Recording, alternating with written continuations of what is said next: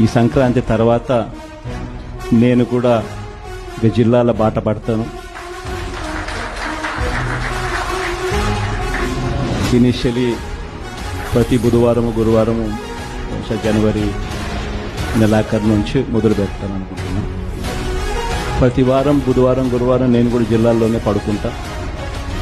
ప్రతి పార్లమెంటు ఒక యూనిట్ కింద తీసుకొని నేనే అక్కడికి వచ్చి నేనే బస చేస్తాను.